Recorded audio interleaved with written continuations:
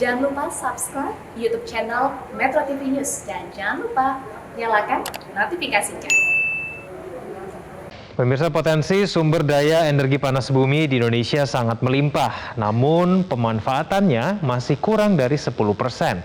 Melimpahnya sumber daya panas bumi ini sejatinya bisa menjadikan panas bumi sebagai tulang punggung proses transisi energi fosil ke energi baru terbarukan.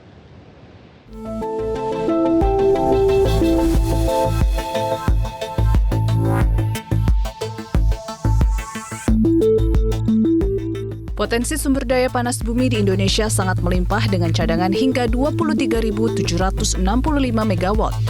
Direktur Utama JSK Petroleum Academy Muhammad Abadi menyebut sumber daya yang melimpah ini bisa menjadikan panas bumi sebagai tulang punggung dalam proses transisi energi fosil ke energi terbarukan yang menjadi arah kebijakan energi nasional saat ini. Kendati demikian, pemanfaatan sumber daya panas bumi ini masih kurang dari 10%. Realitas saat ini pelaku usaha panas bumi masih sedikit. Pengembangan bisnis panas bumi membutuhkan waktu yang cukup panjang. Meski pesatnya perkembangan teknologi dapat mempercepat proses bisnis ini. Pemanfaatan panas bumi, kita masih berbicara untuk pembangkitan listrik ya. Memang membutuhkan waktu yang cukup panjang. Ya. Hanya memang dalam beberapa perkembangan belakangan ini, itu teknologi terkait dengan pembangkitan listrik itu cukup pesat berkembangnya.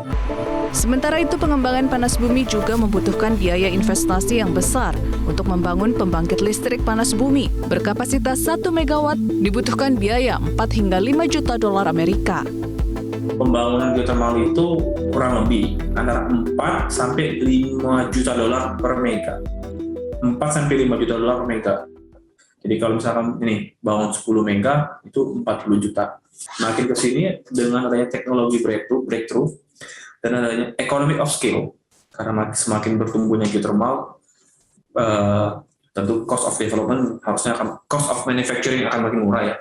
Economy of scale itu yang tadinya 4 sampai 5 juta dolar per mega, itu menurut saya udah bisa ditekan 3 sampai 4 juta dolar saat ini. Itu lumayan sekali.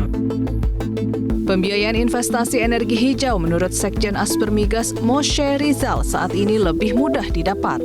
Investor membutuhkan kepastian dalam berinvestasi energi hijau. Duit sebenarnya lebih mudah ya untuk dicari. Nah, yang jadi masalah ini adalah yang non-teknikal, yang non-teknis, ya hal kayak perizinan, ya masalah lahan, ya. Kalau hydro itu, kita feasibility study untuk hydro itu at least 2 years. Itu kan lama ya. Bayangin kalau resiko itu mereka bayar itu studinya dan setelah itu mereka nggak bisa lanjut. Kenapa? Karena masalah lahan. Tingkat keekonomian tetap menjadi pertimbangan utama dalam pengembangan bisnis, termasuk panas bumi. Ketika nanti konsep ini tidak ekonomis ya, tentunya para pengembang juga mungkin akan menahan diri ya, karena saat ini kan untuk tarif listrik masih dibatasi dengan BPP ya oleh pemerintah ya. Sebenarnya kalau pengembang yang lain itu berharap bisa ada feed-in tarif ya, karena kalau kita mau mengembangkan energi bersih tentunya mau tidak mau harus ada peran pemerintah ya, karena kita bicara affordability tadi ya. Masih terkesan mahal dibandingkan dengan energi fosil yang lain. Pemanfaatan energi panas bumi di Indonesia saat ini lebih pada pembangkitan listrik. Pembangkit listrik panas bumi menjadi salah satu yang akan dikembangkan PLN dalam rencana usaha penyediaan tenaga listrik RUPTL 2021-2030 yang dirilis baru-baru ini.